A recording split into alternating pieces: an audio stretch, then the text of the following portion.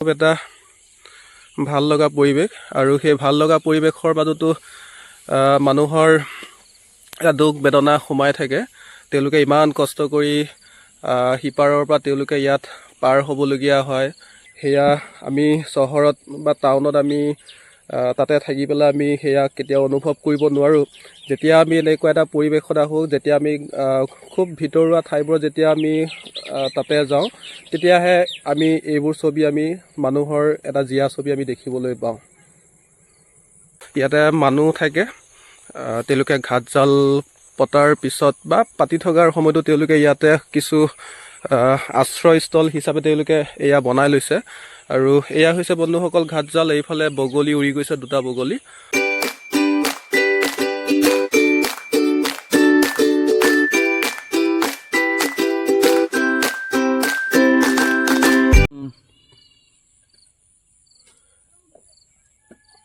নমস্কাৰ বন্ধুসকল, আপোনালোক সকলোকে আজিৰ এই নতুন ভিডিঅ'টিলৈ স্বাগতম জনালোঁ। আজি আমি আহিছোঁ ওপৰ টেমেৰাত, যিটো গোলাঘাট জিলাত অৱস্থিত। আৰু এই ওপৰ টেমেৰাতেই যিটো স্বাধীনতা সংগ্ৰামী কমলামিৰি ইয়াতে জন্ম হৈছিল। আৰু তেখেতে এইখন ঠাইৰ পৰাই তেওঁ স্বাধীনতা সংগ্ৰামত তেখেতে অংশগ্ৰহণ কৰি তেওঁ শ্বহীদ হৈছিল দেশৰ বাবে। আৰু তেখেতৰ জন্মস্থান ওপৰ টেমেৰাতে আজি মই বৰ্তমান উপস্থিত আছোঁ, এটা সুন্দৰ পৰিৱেশৰ মাজত। আমাৰ প্ৰান্তিকে আপোনালোকক তাৰ ভিডিঅ' আপোনালোকক দেখুৱাব। চাৰিওফালৰ যি দৃশ্যাংক সেয়া প্ৰান্তিকে নিশ্চয় আপোনালোকক দেখুৱাব। আমি সুন্দৰ পৰিৱেশ এটাত আমি আজি উপস্থিত হ'লোহি। আপোনালোকে দেখা পাইছে এইখন হৈছে এখন নাও, খুব ডাঙৰ। আৰু এই নাওখনত একেবাৰে কিমূৰত বহি চাম। আচলতে সৰু হৈ থকা সময়ত আমি এনেকুৱা নাৱত উঠি আমি নদীবোৰ পাৰ হৈছিলোঁ। আৰু নাও আমি বহুত বাই আমি সিপাৰৰ পৰা সিপাৰলৈকে আমি পাৰ হৈছিলোঁ। আৰু এতিয়াও সেই দিনবোৰ মনত পৰে, খুব ভাল লাগে। এনেকুৱা পৰিৱেশত উপস্থিত হৈ আজি নিশ্চয় ভাল লাগিছে। আৰু আগৰ সেই পুৰণি যিটো সৰু কালচোৱা, সেই সৰু কালচোৱালৈ আকৌ মনত পৰিছে। সৰু কালচোৱালৈ যেন আকৌ উভতি যাবৰ মন যায়। তেনেকুৱা এটা পৰিৱেশত আজি মই ইয়াতে উপস্থিত হ'লোহি, প্ৰান্তিক আৰু মই ইয়াতে উপস্থিত হৈ খুব ভাল লাগিছে। আপোনালোকে দেখা পাইছে এখন নাও, আৰু তাতে ইয়াতে নদী এখন আছে। আৰু প্ৰান্তিকে পিছফালে অলপ দেখুৱাব, সেইফালে তাতে চেপাবোৰ পাতি থৈ দিয়া আছে। তাত খুব ভাল লাগিছে। এনেকুৱা পৰিৱেশত উপস্থিত হৈ আচলতে সকলোৰে ভাল লাগে।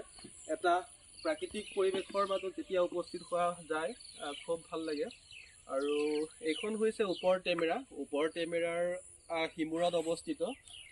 এইখন ওপৰ টেমেৰালৈকে বৰ বেছি দূৰ নহয় ঘৰৰ পৰা, প্ৰায় ৩-৪ কিলোমিটাৰমান দূৰ হয়। কিন্তু তথাপি এইখন জেগাত আজিলৈকে উপস্থিত হোৱা নাছিলোঁ।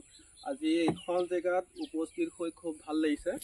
আৰু এতিয়া অলপ মই একেবাৰে নাৱৰ সিমূৰত যাম, অলপ ইয়াতে অলপ বহোঁ। আগতে এনেকৈ সিমূৰত বহি পেলাই আমি নাও বাইছিলোঁ। আগত ইপাৰৰ পৰা সিপাৰলৈ পাৰ হৈছিলোঁ। আজি সেই পুৰণি যিটো সৰু কালচোৱা, সেই সৰু কালচোৱালৈ পুনৰ মনত পৰিছে, খুব ভাল লাগিছে আজি। আৰু আপোনালোকো নিশ্চয় আহিব, যদিহে আপোনালোকে গোলাঘাট জিলাত আহে। অসমৰ বিভিন্ন প্ৰান্তৰ পৰা যেতিয়া আপোনালোক গোলাঘাট জিলাত আহিব, আপোনালোকে এইখন জেগা আপোনালোকে চাই যাব পাৰিব। আৰু ইয়াতে আপোনাৰ নাও কেৱল এখন নাৱেই নহয়, বহুত কেইখন নাও আছে। আৰু এই নাওসমূহত আপোনালোকে উঠি পেলাই কিছু আনন্দ উপভোগ কৰিব পাৰিব। আৰু তাতে নদীখন আছে, তাতে আৰু চেপা পাতি থোৱা আছে। আৰু মানুহবোৰ খুব ভাল, সহজ সৰল মানুহ, সৰল শান্তিপ্ৰিয় মিচিং মানুহ আছে ইয়াত। খুব ভাল লাগে। তেওঁলোকৰ সৈতে আপোনালোকে কথা বতৰা পাতিব পাৰিব। আৰু ইচ্ছা কৰিলে আপোনালোকে যে মিচিঙৰ যিটো সাজ, মিচিঙৰ যিটো খাদ্য, সেই খাদ্যবোৰ আপোনালোকে ইয়াৰ জুতি ল'ব পাৰিব। ঠিক আছে,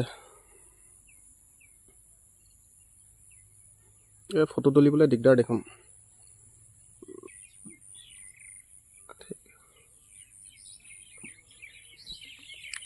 তাতে চেপাবোৰ পাতি থৈ দিয়া আছে। আৰু এইফালে আপোনালোকে চাওক, ইয়াতে পানী বৈ গৈ আছে।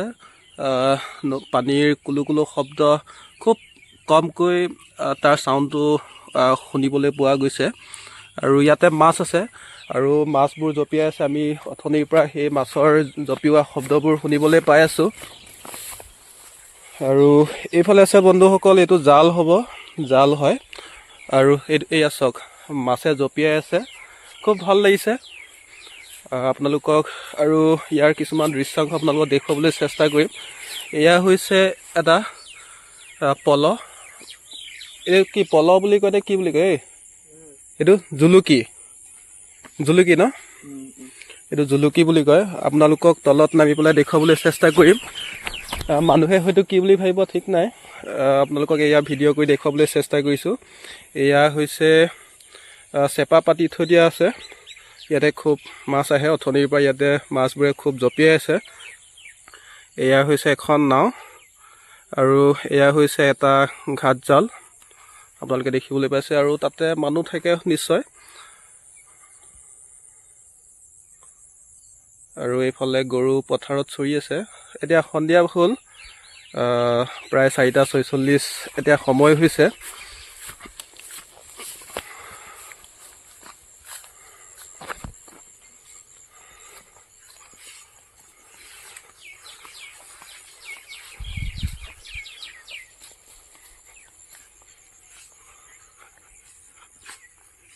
এইফালে আপোনালোকে ঘৰ এটা দেখিবলৈ পাইছে আৰু ওচৰতে আছে ঘাট জাল।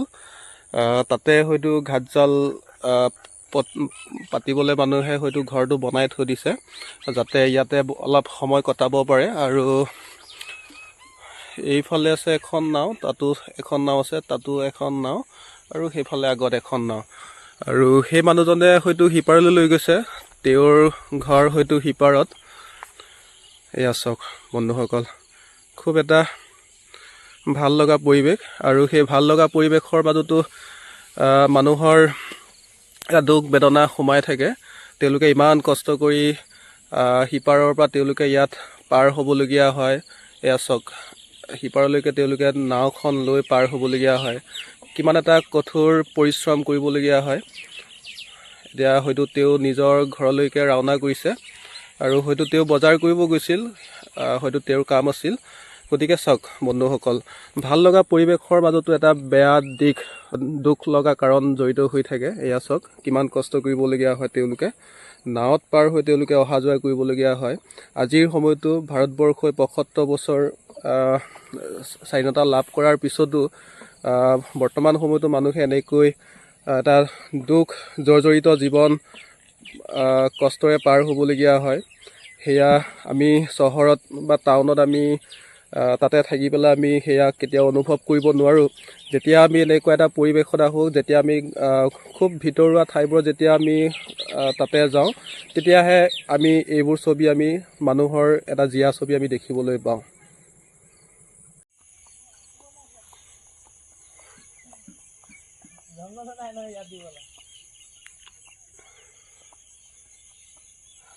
এয়া চাওক বন্ধুসকল, হয়তো পঢ়া শুনা কৰা ল'ৰা হয়, কিমান কষ্টৰে তেওঁলোকে পাৰ হ'বলগীয়া হয়। আৰু আপোনালোকক আৰু এয়া দেখুৱাবলৈ চেষ্টা কৰিম। ইয়াতে মানুহ থাকে, তেওঁলোকে ঘাট জাল পতাৰ পিছত বা পাতি থকাৰ সময়তো তেওঁলোকে ইয়াতে কিছু আশ্ৰয়স্থল হিচাপে তেওঁলোকে এয়া বনাই লৈছে। আৰু এয়া হৈছে বন্ধুসকল ঘাট জাল। এইফালে বগলী উৰি গৈছে, 2টা বগলী। ইয়াতে মাছ ধৰা হয়, আপোনালোকে নিশ্চয় গম পায়। এয়া চাওক, কিছুমান সামগ্ৰী আছে, ঘাট জালৰ কিছুমান সামগ্ৰী। ইয়াতে হয়তো মাছবোৰ ৰখা হয়, আৰু ইয়াতে মানুহবোৰে থাকে নিশ্চয়। তেওঁলোকৰ এটা থকাৰ আশ্ৰয়স্থল। এয়া তলত আছে জাল, আৰু চকীও আছে কেইখনমান। ইয়াতে তেওঁলোকে অলপ জিৰণি লয়, ইয়াতে তেওঁলোকে অলপ বহে। আৰু এয়া কি বন হয় ক'ব নোৱাৰোঁ, ভাল লাগিছে। সেয়া চাওক বন্ধুসকল, ইয়াত তেওঁ হয়তো জাল পাতি আছে, হয় নিশ্চয় জাল পাতি আছে, নাৱেৰে জাল পাতি আছে। এটা জাল পাতি থ'ব, আৰু কাইলৈ ৰাতিপুৱা তেওঁ আকৌ জাল উঠাব, জালত মাছ লাগিব। আৰু সেইজনো পাৰ হৈ গ'ল। এতিয়া আমি ঘৰলৈ যাওঁ, ৰাতিও হৈছে আৰু সন্ধিয়া হৈছে, আন্ধাৰ হ'ব। আৰু আমাৰ ভাইটি প্ৰান্তিকৰ লগতে যাওঁ।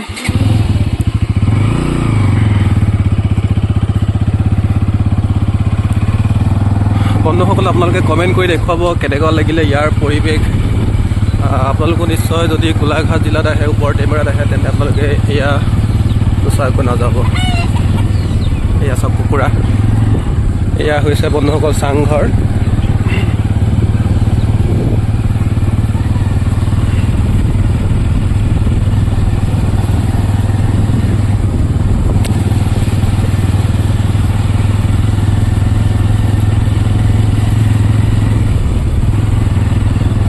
আৰু বন্ধুসকল আপোনালোকে দেখিবলৈ পাইছে এয়া হৈছে খেতি।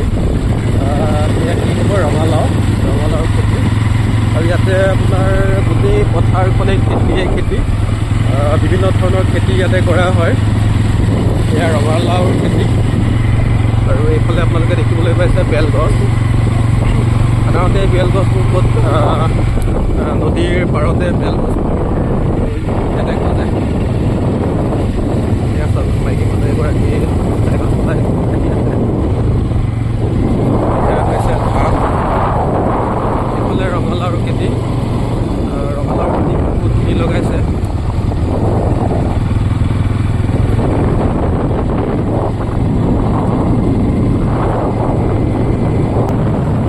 ট্ৰাফিক কমি নেকি? কেনেকুৱা লাগিলে? ভালেই লাগিলে। ভাল লাগিলে ন?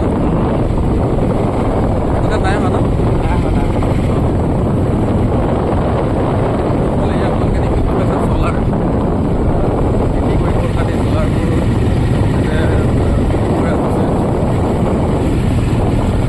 আৰু এয়া হৈছে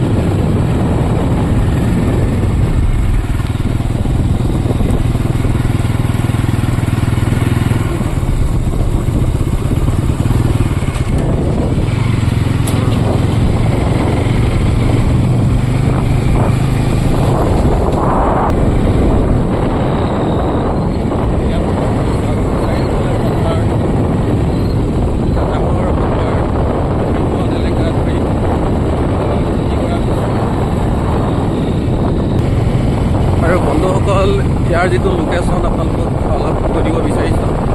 আপোনালোকে যদি গোলাঘাট জিলাত আহে, যদি আপোনালোকে গোলাঘাট টাউনত আহে, আপোনালোকে দেৰগাঁও টাউনলৈকে আহিব। আৰু দেৰগাঁৱৰ পৰা প্ৰায় দেৰগাঁও যিটো চাৰিআলিৰ পৰা প্ৰায় 11-12 কিলোমিটাৰ দূৰ হ'ব। আৰু যিটো বাদুলি পাৰ, সেই বাদুলি পাৰৰ পৰা প্ৰায় 6-7 কিলোমিটাৰমান দূৰ হ'ব, যিটো ওপৰ টেমেৰা। আৰু বন্ধুসকলে এয়া সম্পূৰ্ণ মিচিং গাঁও।